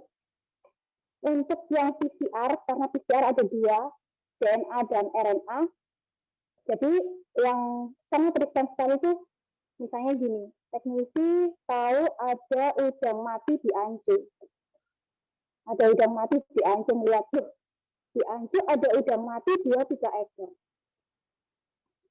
Yang wajib dilakukan yaitu ambil sampel udang yang mati itu di Ancu dan ambil udang yang di dalam kolam. Misalnya yang mati itu tadi 2, di Ancu merah 2, ambil di Ancu 1 lagi yang putih, dan yang ada di dalam kolam.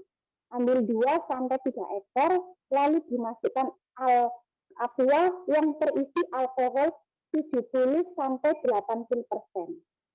Itu jika pengirimannya ke Balai Situbondo maupun ke Balai Serang. Tapi kalau misalnya orang balainya itu datang ke lokasi, itu biasanya bagian hepato sendiri, bagian ususnya sendiri, bagian kaki jalan, kaki renangnya itu dipotong sendiri, menggunakan alat-alat yang sudah steril.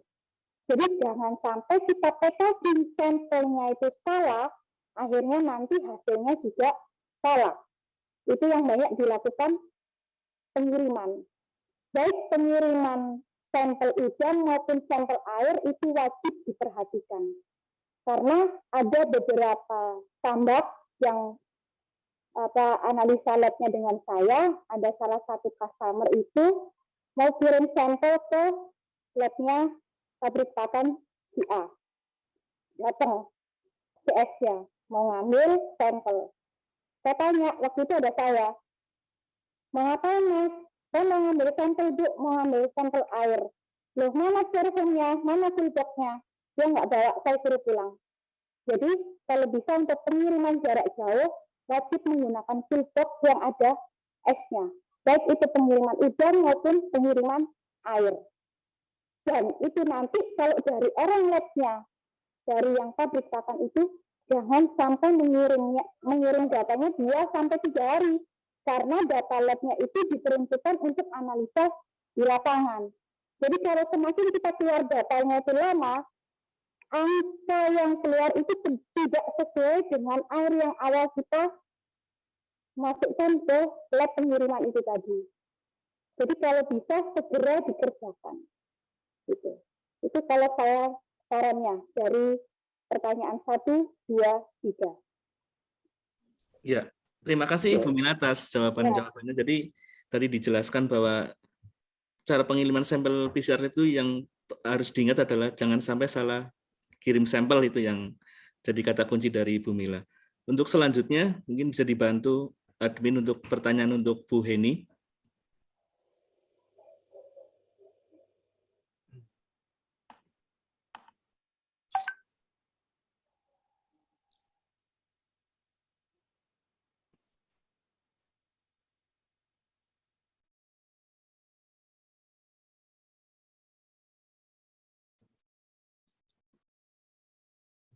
Ya, monggo admin.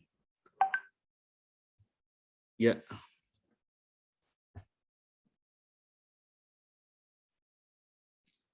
Jadi mohon maaf Bapak Ibu, tadi beberapa pertanyaan banyak sekali yang masuk, tapi karena keterbatasan waktu sehingga hanya beberapa yang bisa kami akomodir pada webinar pagi hari ini untuk pertanyaan yang masuk. Monggo Bu Heni, ada 3 pertanyaan.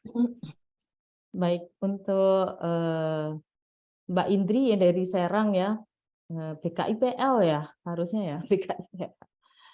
Nah itu apakah bisa spora non-mature HP yang awalnya tidak bisa deteksi menjadi bisa deteksi, misalnya dengan merancang primer baru dari gen spora non-mature untuk menghindari keterlambatan deteksi.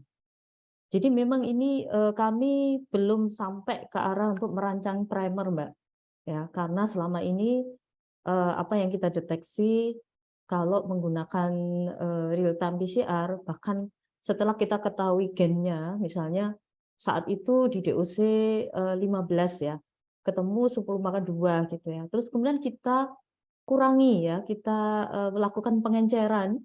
Mungkin pasti tahulah BKIPL Serang ya, langsung kita lakukan pengenceran sampai 10/1 maupun 10/2, kemudian kita detek lagi, itu tidak terdeteksi. Jadi yang bisa kita lakukan untuk non-mature spora itu hanya dengan uji histologi. Karena di histologi itu tidak akan bohong. Semuanya kelihatan. Cuma saya tidak memasukkan di sini karena pihak Pemret meminta saya untuk penanganan ya. Jadi di situ akan ketahuan apakah dia dalam bentuk plasmodia ataukah dalam bentuk non-mature. Nah, sebenarnya ada deteksi yang cukup mudah. Sebenarnya kita tidak usah ke histopatologi tapi ke wet mount ya. Nah, itu perlu teknik ya. Perlu teknik untuk mengetahui bentukan dari hepatopankreas yang sudah terkena itu seperti apa ya. Mungkin bisa nanti training di tempat kami ya. Saya akan mengajarkan mengenai bagaimana caranya untuk mendeteksi tubul hepatopankreas ya. Nah, untuk Mbak Eni nomor 2, jadi memang kita belum sampai merancang primer ya Mbak, cuman ada deteksi lain yang justru bisa lebih sensitif ya dibandingkan dengan bahkan dengan real time PCR. Karena mungkin Mbak tahu ya, yang real time PCR kan menggunakan cell wall primer ya, sel proteinnya, dinding selnya. Nah, kalau dinding selnya itu mature baru terdetek. Kalau enggak dia posisi di dalam sel tidak akan terdetek ya. Kemudian kedua Mbak Eni, dari NBI, apakah peningkatan suhu saat ini memicu risiko EHP lebih cepat atau sering muncul ya Bu? Ini sih kalau kita amati dari seluruh area itu ada yang suhunya tinggi, ada yang suhunya rendah juga kena. Jadi bukan karena faktor suhu, mungkin faktor suhu ini hanya apa ya maksudnya faktor tertentu yang akan mempengaruhi kualitas air ya. Namun secara cepat untuk peningkatannya itu adalah bahan organik ya. Teman-teman kadang-kadang ingin mencapai EDG lebih tinggi, menambah pakannya setelah dihitung-hitung overfeed, kemudian dibuang ya kan, dibuang ke kolam. Nah, itu kan harus diganti ya. Seperti air minum kalau kita isi gula, kan otomatis gulanya menjadi manis. Nah, gimana caranya kalau kita isi pakan banyak? Gimana caranya supaya itu bisa terbuang ya? Karena banyak ekses pakan itu yang akan menyebabkan meningkatnya si spora EHP ya. Kemudian yang ketiga, Basuki dari Lampung, saya sudah menerapkan manajemen dasar kolam sejak dini, sipon dimulai dari DC5, tap sentral 12 kali sehari, pergantian air, dan juga aplikasi probiotik setiap hari, akan tetapi pengecekan TBC selalu di atas standar. Apa yang seharusnya saya lakukan dan mohon masukannya? Nah, ini menarik nih. Ya, sangat menarik. Jadi sebenarnya SOP sudah jalan, tapi teman-teman memang TVC ini sebenarnya ada relation dengan NH4. Ya, coba teman-teman lihat datanya ya. Di situ NH4-nya semakin tinggi, TVC-nya akan semakin tinggi. Jadi bisa jadi mungkin teman-teman sudah melakukan pergantian air, tapi cukup nggak pergantian air itu? Ya, misalnya di situ tandonnya ada berapa banyak? Ya, kan harus 30% dari luas kolam. Karena kita pelihara udang juga pelihara air. Jadi kalau misalnya tandonnya nggak nyampe di situ, mungkin teman-teman bilang, Bu, sudah sampai, Bu. Saya sudah bisa mengganti air 3 meter kubik per kilo pakan. Tapi coba pompanya, apakah bisa ngambil air laut? Berapa jam mengambil air laut? Sehingga ketersediaan air untuk penggantian itu tidak cukup sebenarnya, ya kan? Kemudian di situ setelah kita amati dengan feeding program, coba dilihat feeding programnya 2246, 2248 misalnya ya, atau mungkin lebih tinggi dari itu. Nah, dilihat dengan feeding program semacam itu, seperti yang tadi saya katakan, kalau kita memasukkan air gula ke dalam gelas, apakah pada saat kita membuat air gelas ini menjadi baik kembali persis dengan 3 meter kubik? Nah, saya belum tanya tuh, kepadatannya berapa? Ini untuk kepadatan 100-120. Kalau lebih dari itu, ya kita harus lebih banyak lagi, Mas. Jadi coba di-remind lagi, di-review lagi datanya, dari data pakan, data kualitas air, ya kemudian TVC-nya kenapa masih tetap naik, kan pasti tidak mungkin TVC itu naik kalau tidak ada sebab. Ya. Nah, itu mungkin coba dicek airnya cukup tidak, atau pergantiannya sudah sesuai atau tidak, ya. Karena di sini juga tidak disebutkan misalnya ada kencingan atau enggak, tapnya 12 kali itu sesuai atau enggak dengan kepadatannya. Nah, itu Mas mungkin bisa jadi air yang tadi mau kita minum harus balik lagi itu kurang. Ya, sehingga fibronya menjadi naik gitu. Itu Mas Farid. Terima Kalau kasih ada, Bu Heni. kalau ada tanggapan boleh. Ya. Ini Bu Heni dan Bu Mila, ini karena beberapa pertanyaan banyak sekali yang masuk. Apakah karena webinar pagi hari ini juga keterbatasan waktu, apakah nanti bisa dibantu dijawab, nanti kita kirimkan ke beberapa Boleh, penanya? boleh, Oke. boleh Pak. Oke. Japri boleh. Oke.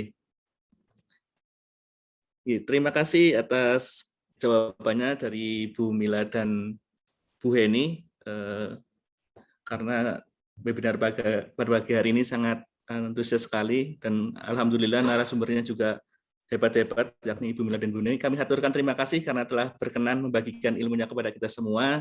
Semoga menjadi amal ibadah beliau-beliau ini dan menjadi bekal untuk di akhirat nanti. Amin ya rabbal alamin. Sebelum ke acara penutupan, saya mohon kepada para narasumber untuk memberikan closing statement mungkin 1-2 menit. Yang pertama dari Bu Mila terlebih dahulu. Pada Bu Mila, disilakan, monggo Bu, untuk closing statement 1 atau 2 menit, monggo.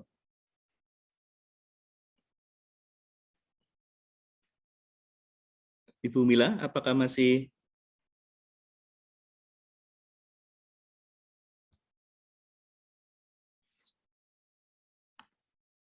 Iya, iya, ya? sinyalnya. Tunggu Maaf, Bu maaf. Mila, untuk closing Ya. statement mungkin 1-2 menit, silakan. Oh,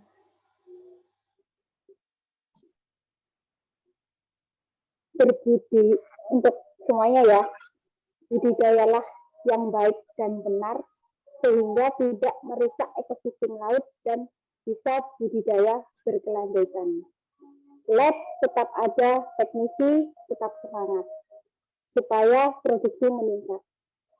Kerjasama yang baik di dalam lab maupun tambak supaya SDM meningkat, juga ada pelatihan juga, semuanya juga sama-sama kerjasama gitu ya. Jadi lab, teknisi, SDM semuanya, baik anak feeder maupun mekanik semuanya, maupun admin semuanya harus kita itu sama-sama kerjasama. Dan pabrik pakan juga harus tetap support. Kalau misalnya kita menemui ada suatu masalah, juga kita tetap sharing, tetap memberikan solusi yang terbaik buat petambak. Ya, terima kasih Bu Mila atas closing statement-nya. Jadi kata kunci adalah bersinergi antar semua stakeholder, baik pabrik pakan, hatchery, praktisi, kemudian teknisi dan sebagainya. Selanjutnya dari Bu Heni, monggo Bu Heni. Ya, terima kasih Mas Farid. Jadi kalau dari saya, yang penting adalah satu, kita menjaga, kita tahu benar SOP budidaya itu benar-benar kita paham, ya.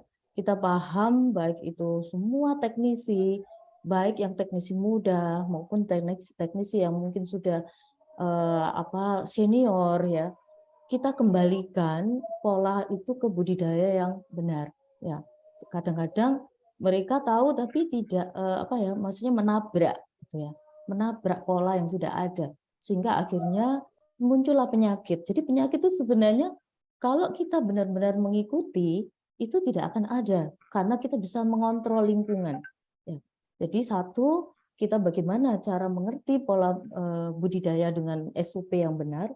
Yang kedua, kita juga harus melakukan analisa, baik itu analisa lapangan ya dengan mengasah pengetahuan pengalaman di lapangan, juga mengasah secara laboratorium ya.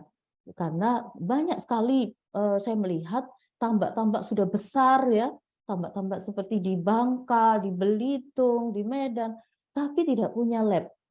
Ya, mengeluarkan seperti itu aja susah ya. Padahal itu adalah matanya untuk mengetahui bahwa kualitas air di situ menjadi baik. Jadi menurut saya kita kembalikan seperti itu. Nah, satu lagi untuk menghadapi ancaman EHP khususnya ya, tadi secara umum, yang khususnya satu harus sejak dini kita lakukan pengujian ya. Secara dini kan apa? Bisa kita kejar sebenarnya. Ya, kita bisa kejar. Jadi kalau kita terlalu lama tidak ngecek, akhirnya terlambat.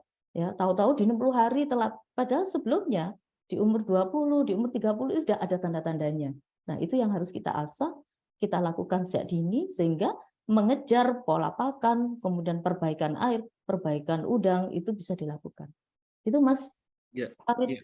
Terima kasih Bu Eni atas closing statement-nya. Jadi pesan dari Bu Eni, jangan telat cek dan harus rajin-rajin kontrol lingkungan. Selanjutnya, saya selaku moderator pamit undur diri. Mohon maaf apabila ada kata-kata yang kurang berkenan.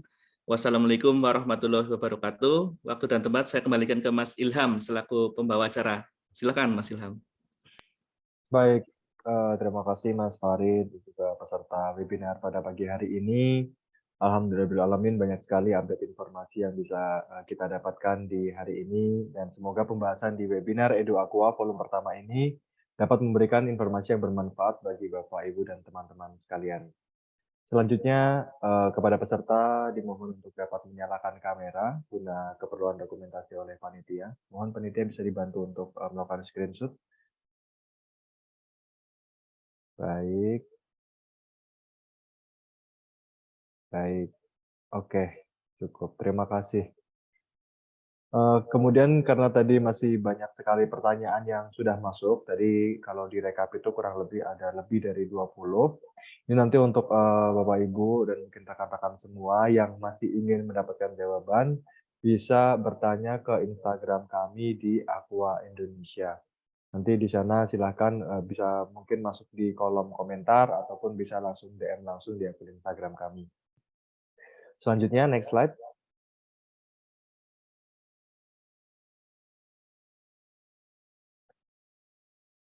Oke, baik.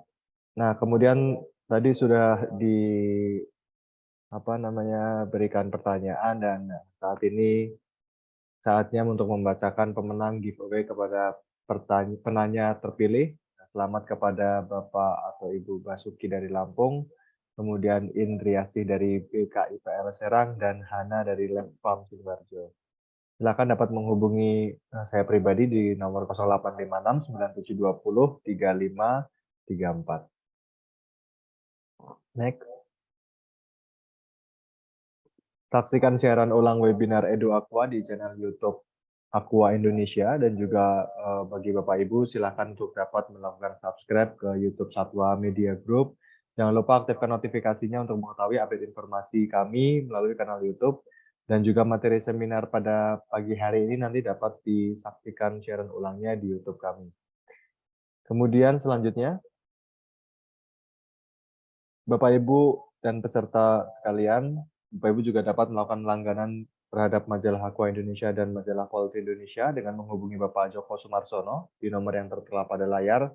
Bisa juga melalui marketplace di Shopee, Tokopedia, maupun Gramedia Digital. Next. Kemudian telah terbit buku karya Prof. Arnold Sinurat dengan judul Industri Sawit sebagai Sumber Bahan Pakan Lokal untuk Unggas dengan harga Rp110.000. Mungkin bagi Bapak Ibu yang tertarik ingin membeli buku tersebut dapat menghubungi saya di nomor 0856 9720 3534. Dan untuk informasi, absensi sudah kami share di link chatroom dan akan kami tutup nanti pada pukul 2 siang. Jadi Bapak Ibu yang membutuhkan absensi silahkan bisa melakukan absensi di chatroom yang tersedia. Selanjutnya,